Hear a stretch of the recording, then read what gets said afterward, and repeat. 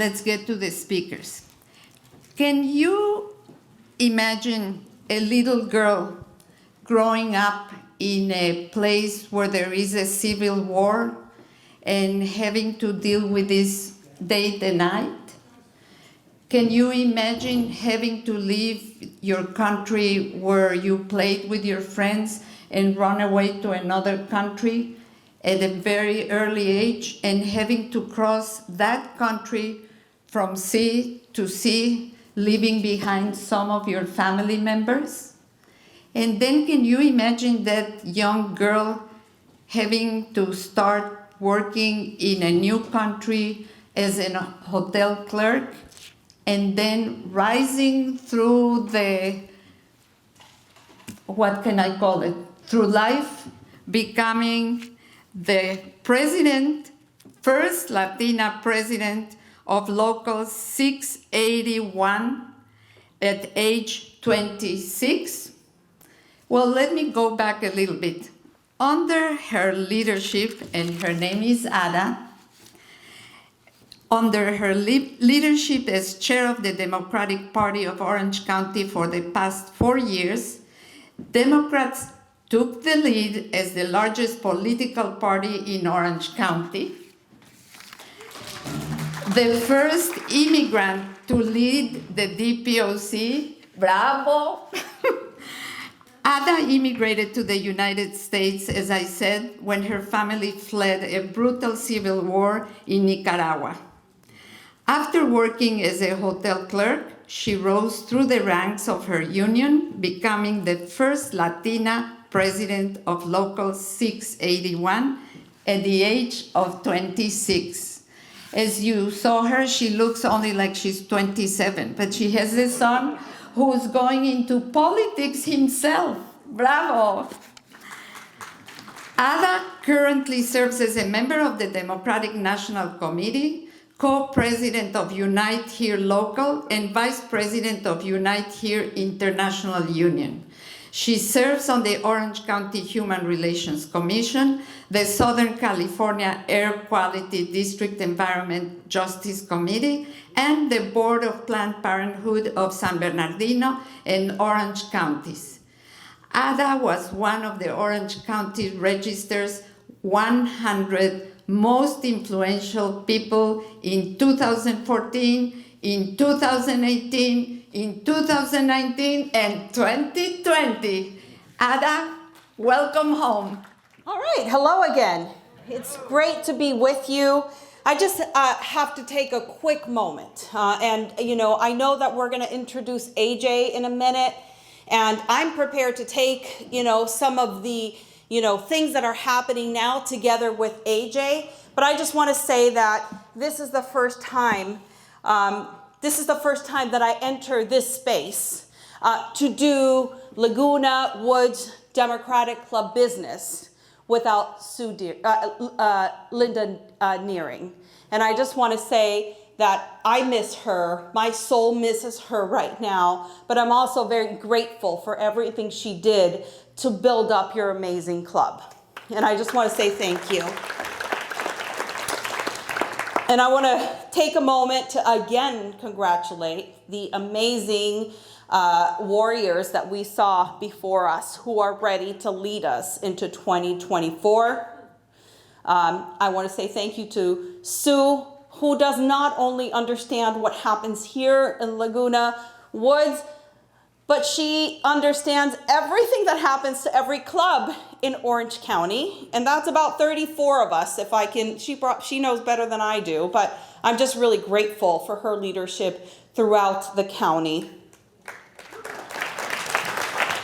And how amazing is it to be here? And as soon as I came in, I walked in a couple of minutes late. I struggled. Somebody said to the left side, of the facility, and I went to the right side of the facility. I guess I wanted to have dinner. So I was a little late, but when I came in, I heard this amazing voice, Rebecca, right? And so I'm grateful for her leadership as a fellow Latina, as a fellow immigrant. But I gotta say, I'm I'm trying to figure out, can I travel here for the next meeting to hear the next song and watch her dance? That's the question. Can I make it, right? And so I just wanted to take a moment, and to my dear friend, Jonathan Adler, who keeps me in line at the Central Committee and says, not that way, this way. So thank you, Jonathan, for your endless leadership with us. And then before someone introduces AJ, I just want to say, Heidi, thank you. Thank you, thank you, thank you. And Dana, thank you as well for all your activism. Thank you for leading us. And I gotta say, God bless you, Dana, with the changes to the bylaws. I'm glad it was you and not me. So with that, if we can bring up AJ, somebody can introduce AJ, and then we'll go right into our presentation. AJ, the handsome young man that is standing over there, is the executive director of the DPOC.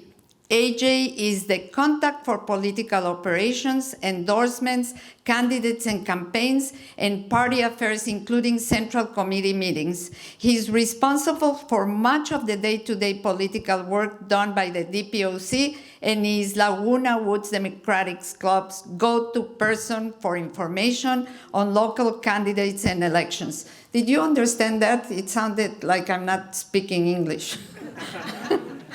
Okay, let's go on. AJ is the youngest person and first Indian American to hold this position, and was one of the Orange County Register's 125 most influential people in 2021. Please join me in welcoming again Ada and AJ. All right, AJ. Let's do it. So, we talked about, we want to talk to you a little bit about the election and what happened in 2022.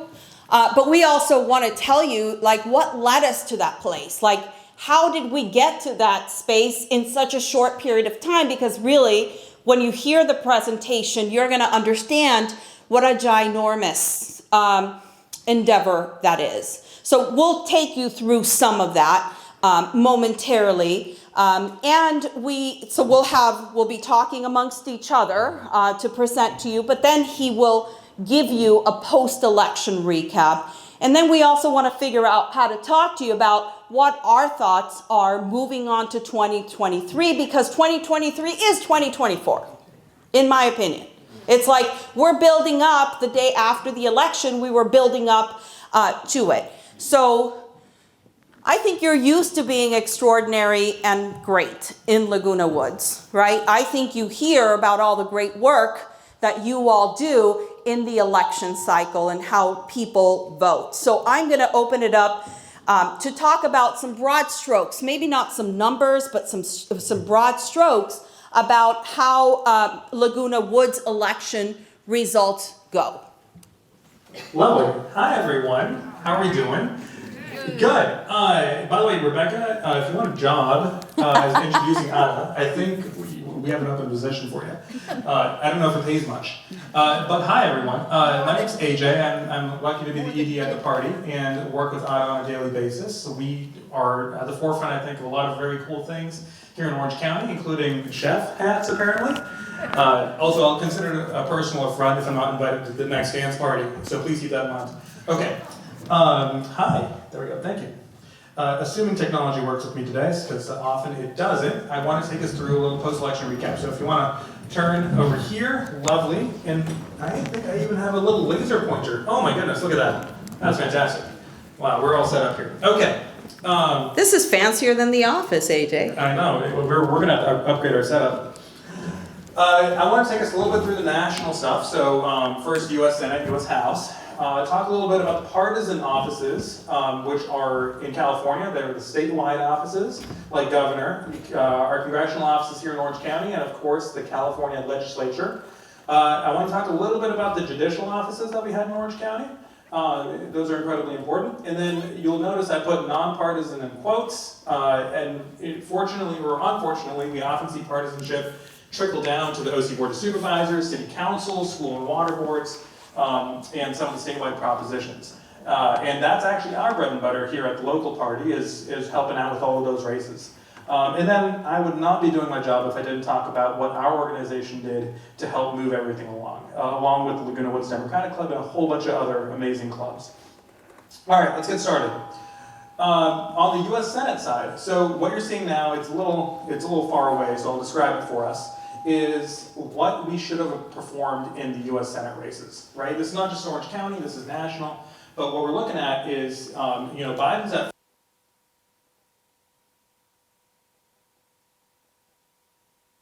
handshaking, 42%, and we should actually have lost 6 Senate seats, if you see the trend line there. And we now have 51 out of the 100 seats in the Senate. So let's give a quick round of applause for that. We're not going to talk about certain senators who may or may not have left the party, but they're still in the Democratic caucus. If you know, you know. Lovely. So I'm also glad that, luckily our party was able to send both myself and Gaston Castellanos, our communications director, out to Georgia to knock doors for that and to lead efforts with the California Democratic Party. So very excited that Raphael Warnock was our 51st. Now, 51 is important for a couple of, another round of applause for Senator Warnock. 51 is super important. Why is 51 super important? One, it gives the Democrats the ability to have more power on appointments on Senate committees, which, as far as their arcane Senate rules go, is super important. It's also important looking ahead at the 2024 elections. So our map in 2024 is terrible. And if folks know, you know, right? Where we have to defend Democrats who are senators in Montana, in West Virginia, in Ohio. These are not states that are easy for Democrats, and frankly, I didn't even go into some of the other ones, right? We might even have to primary an existing Democratic senator in Arizona, or quote Democratic, I'm going to put that in quotes. So 2024 is an incredibly tough map, and frankly, if we're going to be honest with ourselves, we probably will lose a seat or two. So the fact that we have 51 now, and the fact that we overperformed by 7 seats, super, super important. Now, if we go to the Congress side, it's the same kind of deal, where we should have lost a whole bunch of seats. We should have lost, let's see, where does this put us? Around 35 seats. And the previous Congress, the 117th Congress, started out with 222 Dems and 213 Republicans. And while we were expecting to lose about 35 seats, we only lost 10. So now it's exactly 222 Republicans, 212 Dems. You'll notice it's not 213 Dems, because unfortunately a Democrat just died in office, but he's going to be replaced by a Democrat. So all in all, an excellent result, and I think we were all watching the recent speakership fights, so we know how tough it's going to be for Republicans to actually govern. Let's give a round of applause for that. All right, that's my favorite part. So anyways, so very excited about that, and that also includes Orange County seats. So when we look at the Orange County seats, of course, I wanted to show first the districts that were competitive for us, but we lost, right? So all the incumbents in Orange County got reelected. What does that mean for us? That means that in CD40 is one of our Republican congressional representatives in Orange County. That's Young Kim, and I'm sure you all are very familiar with her. And in CD45, which is in West and North County, Republican Michelle Steele still holds office. And I wanted to pull these maps up just to show us that, and I'll get into this a little bit later, that the only areas that we actually had Democrats outdo Republicans were in areas that we kind of expected because we have better Democratic voter registration numbers. That's in Tustin, right here. That's in, of course, Laguna Woods, right here. Thank you all for that. And if you can see just a little bit of this in Aliso Vieja. So we know that those are our Democratic strongholds as far as the next 8 years are concerned for elections. So we'll keep an eye on that, and hopefully we can drive our turnout numbers up. I want to come back to the theme of turnout later on. So keep a little note in your mind. Okay, and then same thing over here in CD45, where actually the only areas that that Democrats won were the ones that were in LA County. And that's obviously due to voter registration advantage, but this is Cerritos and Artesia. This is Hawaiian Gardens right below it. So we know we have some work to cut out to do in Orange County. And we'll get back to that in a little bit. Okay. Oh, that's one slide. There we go. Okay, so now I want to talk about... Oh. We can talk about her too. I just didn't have a map for her. So Representative Porter obviously won a re-election. We're very excited about that. It was a tough race, of course. Representative Porter spent over $26 million. So we're very excited to have kept that seat by a couple points. And then, of course, Representative Levin, who was able to get re-elected in the South. The reason I wanted to pull up state, and if we have questions, I'm happy to come back to that. The reason I wanted to pull up the statewide partisan offices is to let us know, and this is the only really bad portion for Democrats in these slides, is that we lost the top of the ticket, and it's too small to see there. We lost the top of the ticket race, that's Governor Newsom's race in Orange County for the first time since 2014. We haven't lost the top of the ticket race since 2014. So in 2016, we went for Clinton. In 2018, we went for Newsom. In 2020, we went for Biden. And in 2021, we defeated the recall. So the fact that we lost the top of the ticket race tells us a couple things, right? And we lost it by about 3%. So it tells us that if you have someone at the top of the ticket who doesn't necessarily campaign, I'm not accusing anyone of anything, I know this is recorded, it'll have down ballot impacts, right? So we know this, and that actually impacts turnout here in Orange County, right? We need to have folks who are ready to campaign and actively out there, especially at the top of the ticket.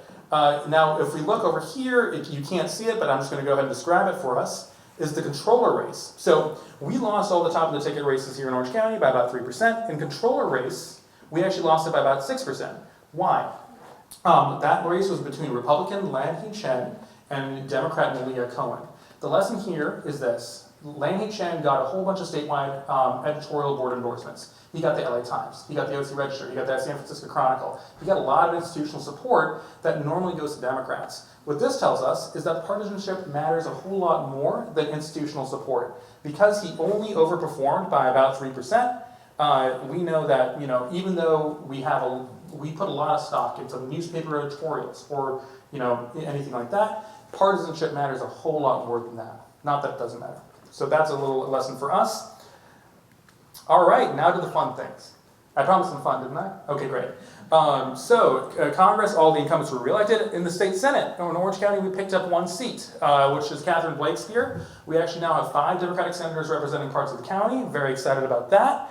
And we only lost one Senate race this cycle, which wasn't a pickup, which was on the coastal side.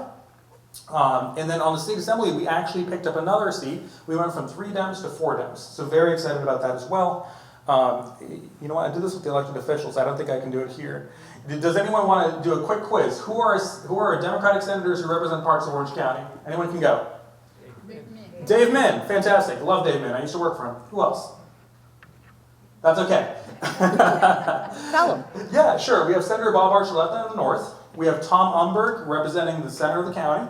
We have Josh Newman also up in the north. And we have Catherine Blakespeare now representing the south, who's our new pickup. Do I dare do the assembly? Does anyone know any of the Democratic Assembly members? Cotty Beach Norris. Love Cotty. Fantastic. We got one. Lovely. Okay, that's okay. So and these are... That's Sharon right. Park Silva. Thank you. All right, we got 2. Fantastic. Anybody else? Because Luke Ray is in Congress. Yeah. No, that's totally cool. Yeah, shout out names. Okay, so the last 2 are kind of a trick one because they're both new. So Avelina Valencia replaced Tom Daly in the center of the county. And the last one is Blanca Pacheco, who only represents the north corner of Orange County in La Habra. And the reason it's so important for us to know is because when we were doing advocacy, when we were doing all our work on voting rights and a whole bunch of other stuff, it's great to have multiple avenues to get there. All right, cool. Now, here's the fun part. So Do you mind if I say this very Please. quickly? So Blanca Pacheco, being mostly in Los Angeles and being very democratic and mostly progressive, helped some of our Orange County folks come along. Do you understand what I mean? So maybe they can, because they feel backed up by other assembly folks, they may be voting more progressive than not because they now have other people to mirror that for them. So for me, it's very good for Orange County to have seats in, that have LA County and Orange County, because then they become a little more, it becomes helpful. And we're excited about our work with Assemblymember Pacheco. Okay, so judicial, this is one of my favorite parts. In 2022, we elected more Democratic judges than we ever have before, and that's part of the reason is because there's a lot more judicial seats up this year than there ever were before. So we're actually able to get 4 Democrats elected to judgeships, which is fantastic. So Michelle Bell, I'm sure you all know, in the general election. And then in the primary election, there are 3 Democrats that are elected: Aaron Rowe, Claudia Alvarez, and Israel Klostro. The reason this is important is because these judges, the OC Superior Court, are the first line when you go to any state court, right? So when you have anything from small criminal to civil to even family court, these judges are the first ones to take your case. So having people on the Democratic, who are Democrats, who are on the bench, who have our values is incredibly, incredibly important for people who are in the justice system for any reason. And then, of course, this cycle, we had some countywide races. I'm sure everyone remembers our really heated up district attorney race. We actually, as Democrats, we know we have some work to do here. We haven't actually won a county-wide, that represents the whole county, seat since 2002 with former Assemblymember Tom Daly, who was the Orange County Clerk Recorder. And I'll personally give $10 to anyone who can tell me what that position does. So that's part of our problem here, right? Where we can't talk about kitchen table issues, where district attorney is not necessarily a kitchen table, how are you going to get healthcare conversation? We know that those races are tougher for Democrats. And on the flip side of that, where we can talk about kitchen table issues, we got the majority in the Orange County Board of Supervisors for the first time in half a century. And I know this club had a lot to do with Katrina Foley's win, so thank you, thank you, thank you. You can't have added to my resume a little enough. That was a joke. AJ, you're talking too fast. Slow down a little. Yes, There you ma'am, go. you got it. You got it. What you didn't hear just there was a dumb resume joke, so I will not repeat that. But I'll go slower from here on out. All right. Not only did we have a majority in the Orange County Board of Supervisors for the first time since 1976, we also had huge gains on municipal seats, and this is a lot of the work that we do at the party, where we gained 9 seats on municipal bodies, and we only lost 2. So net 7. I think that's a great result. So AJ, if you don't mind, I'm going to stop you momentarily because we've got a distinction to make for you, where the congressional seats and the assembly folks and the Senate folks are endorsed by the state party. That's why you're electing ADEMs, right? That's the election that you've either voted or you're going to vote, right? Those endorsements and the jurisdiction is in the state. The city council, these supervisorial, these water boards are our jurisdiction. So while we're in charge of finding candidates for school board and water boards and supervisors, right? We have an obligation to work up the ballot as well. So you see us do that seamlessly because when we are getting out a Democrat to vote for Katrina Foley, we're also getting out a Democrat to vote for Asif Mahmood, and it happens at the same door, right? So just so you know, we focus primarily on the municipal, on the county level, because that's our jurisdiction. Thank you, Anna, I appreciate that. Also, the fun part, on the federal side, Congress members raise into what's called the Democratic Congressional Campaign Committee, commonly known as the DCCC. And those folks often, come in Orange County and help those candidates as well. So I'll be honest with you, we don't have those kinds of resources, but we appreciate your support regardless. Okay, so what's really cool about the 9 city council seats that we gained, in Anaheim up here, which is Orange County's biggest city, you see that orange one? We actually gained 2 seats, and Disney spent, Disney being a player there that spends a lot in elections, spent $1.3 million to elect their candidates, yet we still got 2 Democrats elected up there, which is fantastic. Actually, I'll give a quick shout out. I think Ada's son was mentioned before, and we now have a Democratic majority in her city of Stanton right here. In Irvine, which is my city, I'll give a quick shout out. We got 1 more Democrat there. And down here in South County, we actually got our first Democrat ever elected, Cynthia Vasquez, to the Mission Viejo City Council. She is a Latina. She is the youngest member of the council, and she is our first Democrat ever elected there. So very excited about that. And of course, the first Democrat ever elected in Laguna Niguel, just south of here, with Stephanie Otto, who ran an absolutely killer campaign. She started canvassing 2 years out. So we know that hard work actually can win elections. And she ran the year, she ran in 2020, so she put her name out there. Sometimes it takes us twice to get in. Exactly. And we were just over 40 votes away from a majority in the deep red San Clemente. But we now have 2 out of 5 Democrats on the council. And in San Clemente, they were the city that tried to pass an abortion ban within city limits. So we're very excited about that result. If you overlay this, and I'll get to this later, with the results on Proposition 1, which is the abortion amendment to the Constitution, to the state constitution, San Clemente actually voted for Proposition 1. So we're very excited to see that kind of overlap and local issues at play. And you know, there's been a lot of talk in recent years about Republicans trying to make education gains. In 2020, I think Ada and I were still in leadership at the party, but we were actually able to take a plurality of school board seats here in Orange County. In 2022, we have now expanded upon that plurality, so please don't listen to the Republican talking points. We gained eight seats on school boards, and we only lost 3. And that also means that in the school boards that cover, you know, I understand not a lot of people are school age here, but that also means that we're able to get a functional majority in Capistrano Unified, which is the biggest school district in the county here to the south. Functional majority for the first time in Newport Beach Mesa, or Newport Mesa Unified School District, and a whole bunch of others. I will say this, is that up here, you'll see the 2 red spots, right? I want to talk about these for a second. These are the places that we lost a school board member. And you might be asking, AJ, there's only 2 red spots, and I see you lost 3. We don't put the community college boards up here, but we gained 1 and then we lost 1 on community college boards. But these 2 red spots right here, we had 2 Democratic incumbents here who were running for re-election. Those 2 Democratic incumbents were the only 2 Democratic incumbents in the county to not, unfortunately, file for the Democratic endorsement. And unfortunately, in Orange Unified, we lost that majority by just over 200 votes. And Orange Unified has over 140,000 voters. So we know that that Democratic endorsement could have made a difference. And you know, we will continue to be advocates that we want to help tell Democrats who you are, right? And we'll get to how we do that in a later slide. But good lessons for us to learn as we're trying to make more gains on school board seats. This one I have to talk about. I think Randall Crane was also running for an election that covered portions of Laguna Woods. We gained a seat on the Municipal Water District of Orange County. Now again, I'll give $10 to anyone who can tell me what that does, but the Municipal Water District of Orange County is hugely important.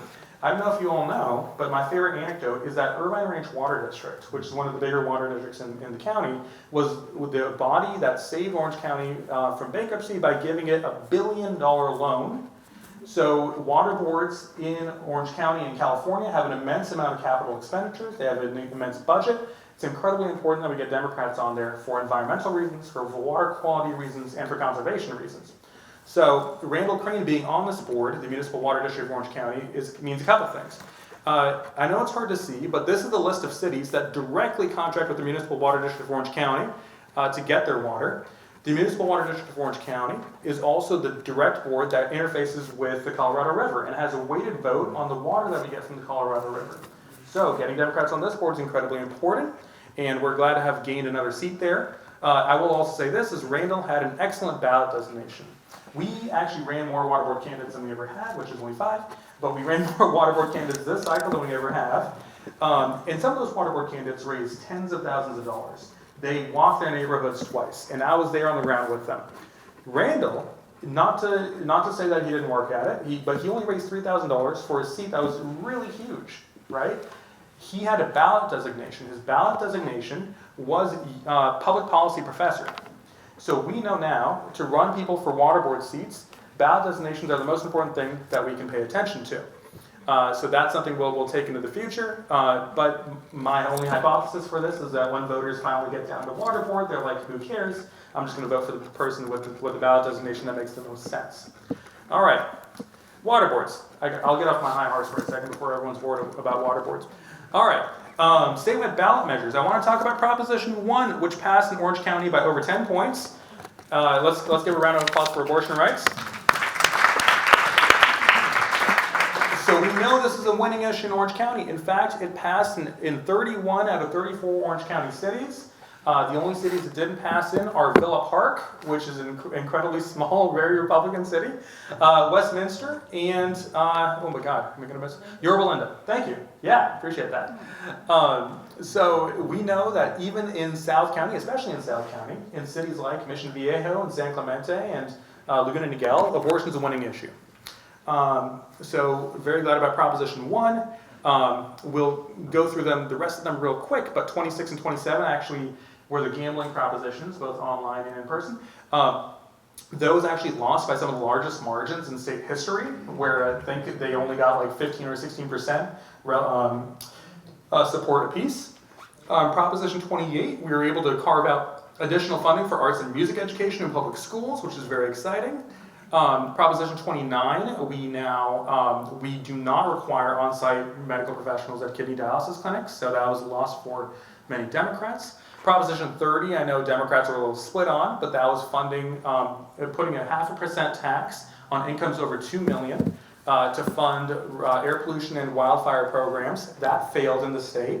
And lastly, Proposition 31, which passed by a surprisingly large margin, that prohibited the sale of certain flavored retail tobacco products, meaning that a lot of the current tobacco products on the market are now illegal to sell in California.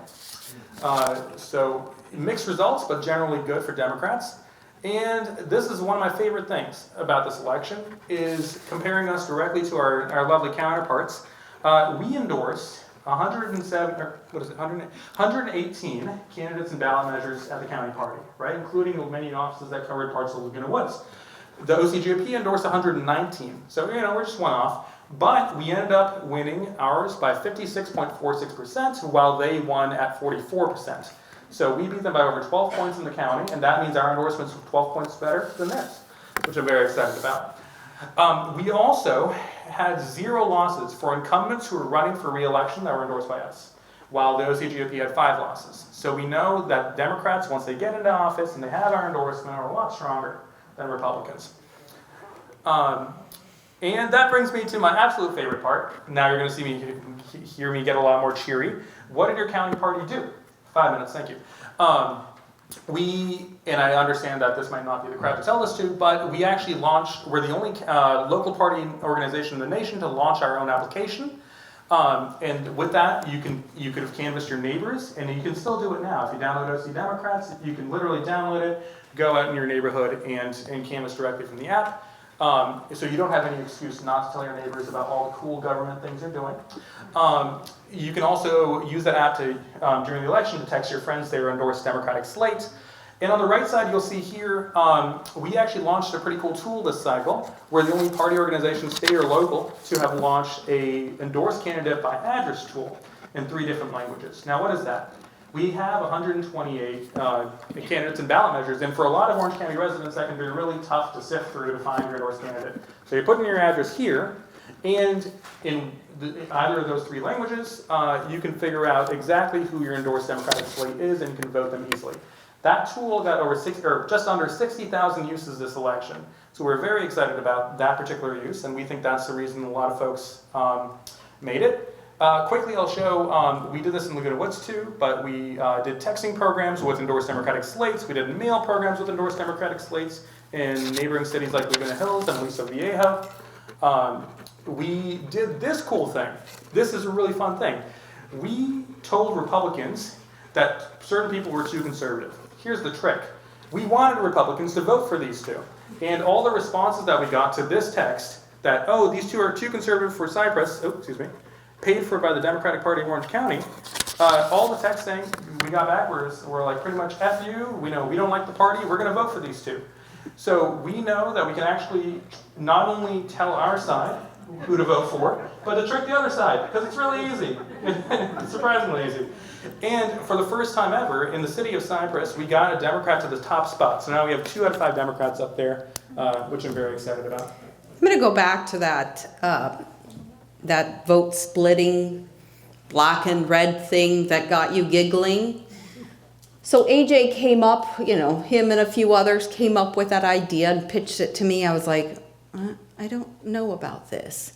But you know how we got our first Democrat in San Clemente? by telling Republicans not to vote for who we wanted them to vote for.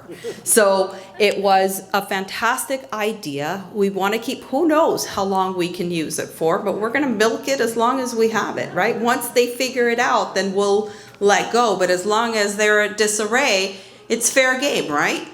Exactly. All right. Yeah. What do they say? Republicans in disarray? That's what they say, right? Okay.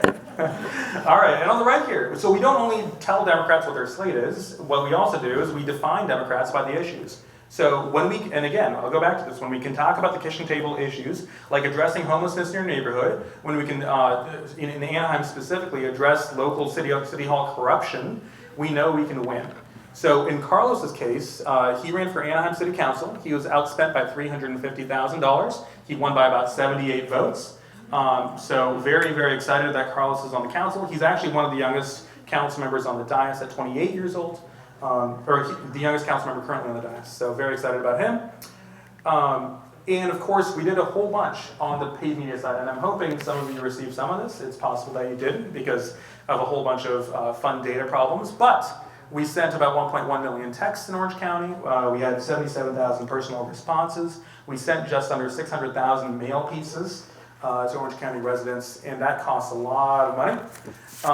We implemented a program called Slate IDs. The idea of this is that we got a lot of our Democratic candidates to not only ask when you're at the door, like, hey, will you vote for Amy McCary for City Council?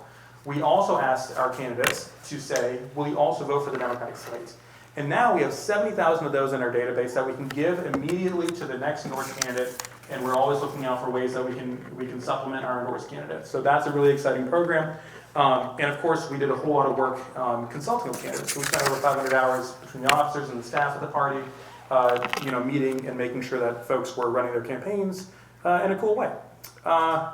And the very last thing we'll talk about, I know I'm running out of time, is Neighbor Neighbor. So this is a program that, in fact, I gotta give a shout out to Jeanne if she's here. Hi, Jeanne. So Jeanne's helped us in Laguna Woods, and I'm sure if you've talked with Jeanne and you're part of the field program, you know. Neighbor Neighbor is just our program to be able to connect you with your neighbors and build more trust and build real relationships. Because the only way we flip CD40 and CD45 with Mahmoud and Chen or whoever it is the next cycle is by building long-lasting relationships and persuading folks based on those long-lasting relationships. So I can get more into detail, but I'm running out of time, and that is my presentation. So thank you everyone for having me. But I don't know when the last time I told you numbers, but Orange County now has 680,000 Democrats. That's 80,000 more Democrats than Republicans. And while AJ just made it look really easy, do you think it was easy to do that?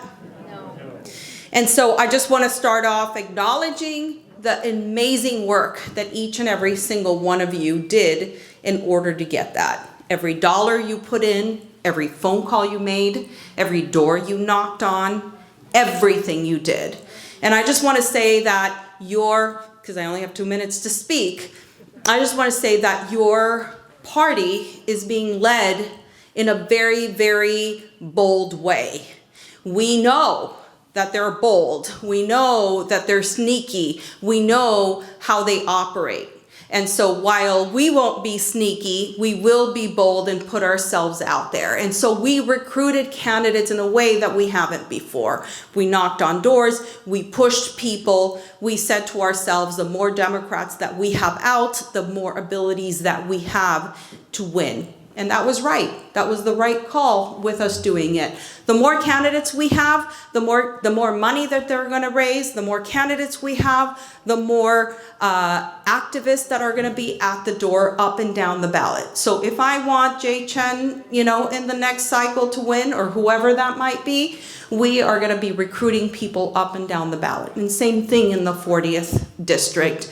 So it's really important for us to be very thoughtful about that. And so, but I want to, and I'll try to address and say some of the things that I want to say in some of the questions that you asked me and AJ, but I want to say, I pray and I beg you to continue doing voter registration, and I pray and beg you to continue to making this table larger. I decided to come into the structures of the party because I wanted to make sure everybody had a seat at the table. in every way. Young, whatever age it is. Whoever's missing from the table, we've got to add. We're not enough to continue to win in a bigger way. We've got to stretch ourselves, our own capacity. We've got to be bold. If it doesn't hurt, we're not growing.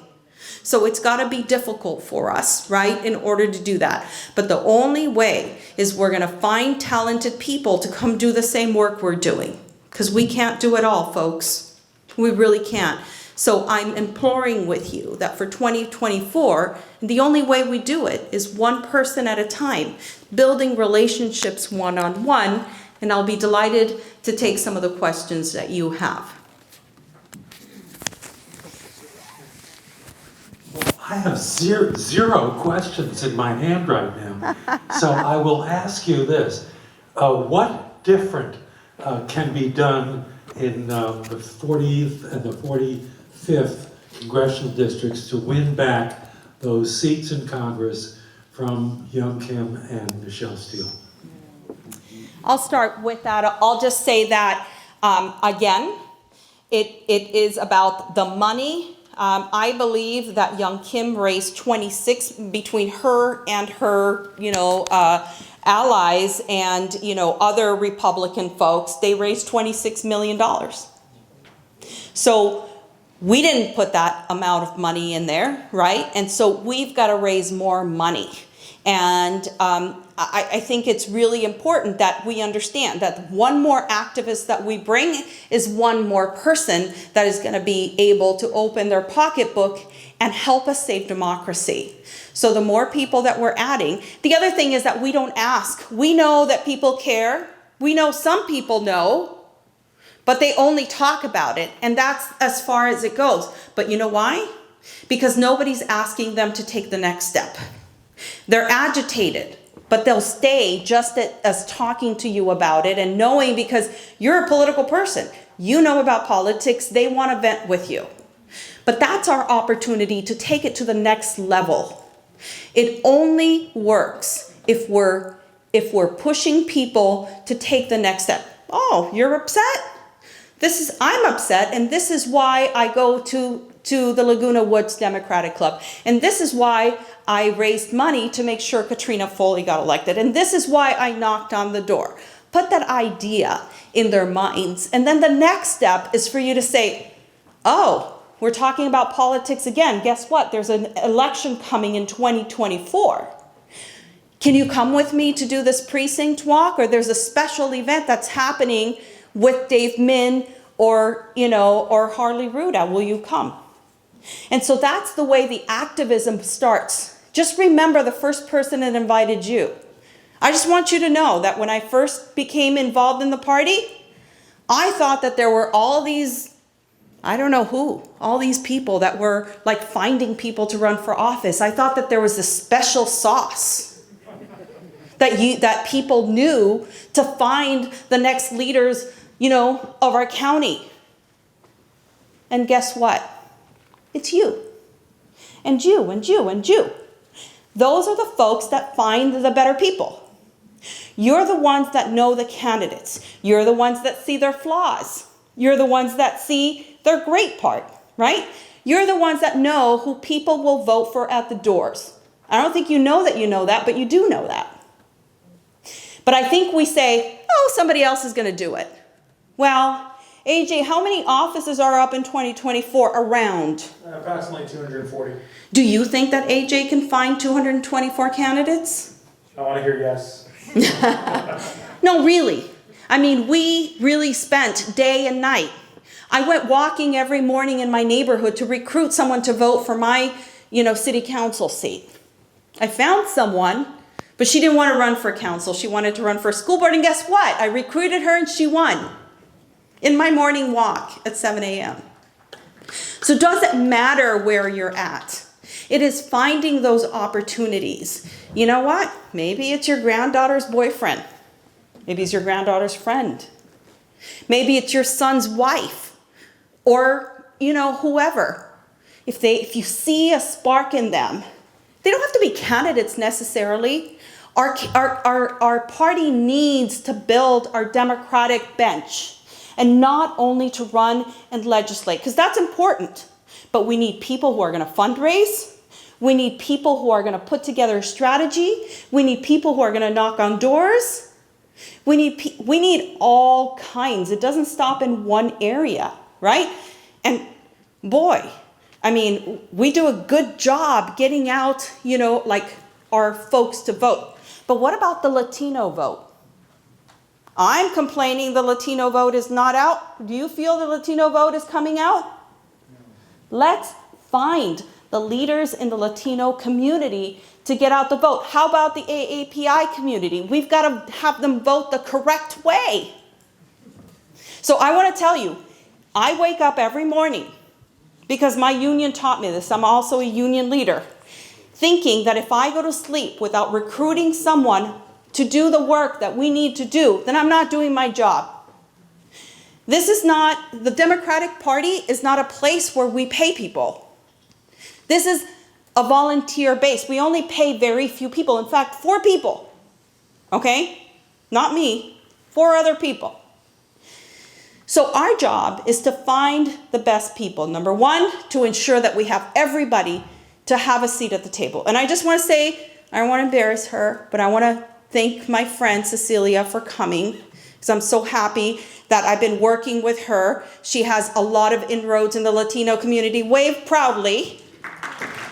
And she's a leader in the Latino community, and she's like right across the way from you. She lives in Laguna Hills. But every day we've got to see that spark in someone's eye that can make our democratic community be better. That's the legacy. That's the grain of salt that you leave in our party. That's the work that is everlasting. And I just want to say that I can't mention that enough. So as you can imagine, my strategy, my goals for 2024 and 2023 are recruiting people every day. We have about 4,000 to 5,000 people in our democratic world right now in our clubs.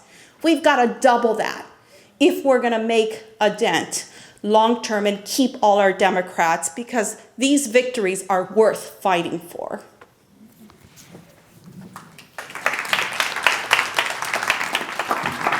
So I have some questions I'm going to put together. They all have in common the word Senate.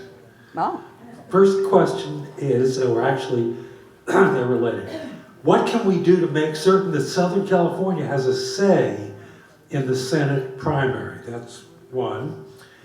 Related, with the Senate election, will the candidates who don't prevail in the primary be able to stay in their same positions? And can we avoid, is there a way to avoid a primary fight both in the U.S. Senate seat and in Senate 37, which I guess is Josh Newman and Dave Min? All right, I'll take the hard one. So I'll say a few words about it okay, afterwards. sounds good. I'll take the second question first, because that's a little easier. If you're running for U.S. Senate and you're filed in the primary election of the U.S. Senate, you cannot simultaneously run for U.S. House. So let's say there's a Senate candidate that we all know about, and they filed for U.S. Senate. They will not be able to run for re-election to a House seat. As far as the other question, Jonathan, remind me? Southern California. Southern California has a say in the Senate. Okay, fantastic. So we're actually really lucky, and I'm sure everyone knows that Alex Padilla is from Southern California. He's made many Orange County visits, but he used to be an LA City Council member, then a state senator from LA, and then Secretary of State, and now he's the U.S. Senator. So we're lucky to have that. Of course, we'd love to have a second senator from Southern California. It hasn't happened in our history, that both senators are from Southern California. So we'll keep a tight eye on all the folks who are jumping in the race. To make them, to have Southern California have a say, I'd just prescribe everything that Ada said. If you want Southern California to have a say, it's going to be up to you to raise the money, to organize the people, to get out to events, to make sure democratic activism around your candidate is heard. Well, I got to say that as far as the Southern California and Northern California, because we have Alex Padilla, right? The Northern California folks are really going to struggle with this next one, as you know. I think that's what folks are alluding to, that it's going to be a fight between North and South, that's for sure. I got to say, I feel pretty optimistic because a lot of the delegates that make these endorsements at the state level are from LA. A big chunk of them. So the ADEMs that you're speaking about, and because there's so many Democrats in LA County, I would say that that's the biggest chunk of delegates that we have throughout the state. But maybe that's just wishful thinking, but I think I'm right. Yeah, so if, for example, Katie, I don't know, if Katie runs for, and she is running for the Senate, right? She will not be able to run for Congress if she doesn't make that. So I don't know if that was the question, but I'll just address it. And if Dave Min runs for Katie's seat, he will not be able to run for the state Senate. So, so what's he running for? Okay, so if he's got to run for Congress, he won't be able to run for. If he doesn't make the primary, he won't be able to run for state Senate. He'll run for Congress. So I think that sort of addresses it. Well, there's a follow-up question there. Please. Have all of these candidates been trained in the child's game of musical chairs? You know, I think we're quickly learning. I see it often in LA because I do some politics in Los Angeles. So I see as people are termed out, they get excited. If they're in the Senate, they get excited for supervisorial seats. And I think we're learning very quickly here in Orange County as we get more Democratic. Good, okay. Now, a couple more serious questions here. These two questions have in common the word now. N-O-W, now. What specifically is DPOC doing right now to get us going for 2024? And what's implied there, of course, is that it's important to get going yesterday, or at least now for 2024. Related, I understand independents are the fastest growing sector. How do you reach them? And this really calls for both a report on efforts to reach them and some thinking out of the box and brainstorming on new ways to reach them. So let me start with it because I think that AJ and I are going to come from probably different parts of it. You heard that we won Carlos Leon in the city of Anaheim, making it easy for the first woman mayor in the city of Anaheim, Ashley Aiken, to lead, right? And you heard that we won by less than 50 votes. Is that right? 50? How many? It was 80. Oh, okay. 80 votes, right? After they spent $350,000 to defeat them. So for me, it's all about, how many people we can get out and how many hearts and minds we're going to change when we hit the doors. And so when we're hitting the doors, when we're with candidates, we've got to, know that Democratic votes are not going to be enough. We're gonna need to hit as many doors as possible, and that means independence, right? So when we're targeting maybe for, mail and so forth, which is what AJ will address is very different than the organizing scenario where we're hitting as many doors as possible. There's many things that we're actually doing right now in order to move that forward. So for example, you couldn't get an appointment with me from now till 15th of February because I'm booked with new potential activists that I'm trying to bring into the party. And I beg you to join me. I beg you, because anybody that I find interesting, I just met with an amazing woman. I won't say her name because she didn't give me permission, but she just came from that meeting. That's why I was a little late. She is a homelessness activist. She's not involved in our party, right? She's a homelessness activist, and she leads a women's group. Duh, those are our values. Does she belong here? She lives really close by. She lives in Laguna Rancho Santa Margarita.